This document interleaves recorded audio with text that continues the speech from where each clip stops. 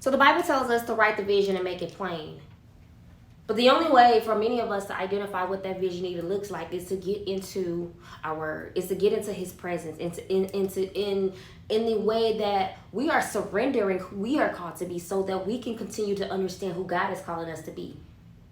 And if marketplace is our ministry, because that's who I'm after, faith-driven leaders in the marketplace, if this is your business, then you have to allow God into your business. If you have a faith-led business or the foundation of your business is God, then you have to allow God to help you with a spirit-led strategy that's going to help you to execute the purpose and plans that he has for our lives.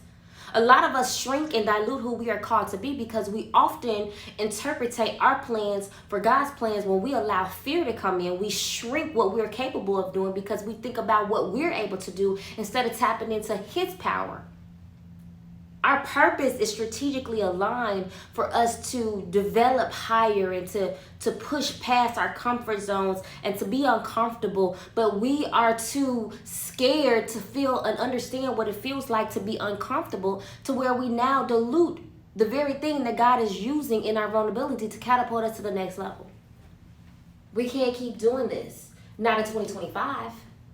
Not in 2025.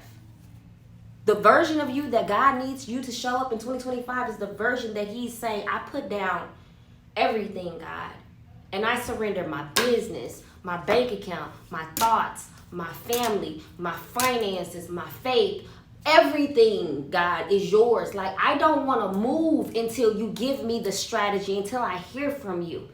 And then when we get the strategy, we need to move. When we get the download that God has given us and the things that we've been praying for, we need to do the very things that God is calling us to do and not get sidetracked or distracted by other things in the world that's causing us to now be outside of alignment of who God has called us to be. That's called distraction.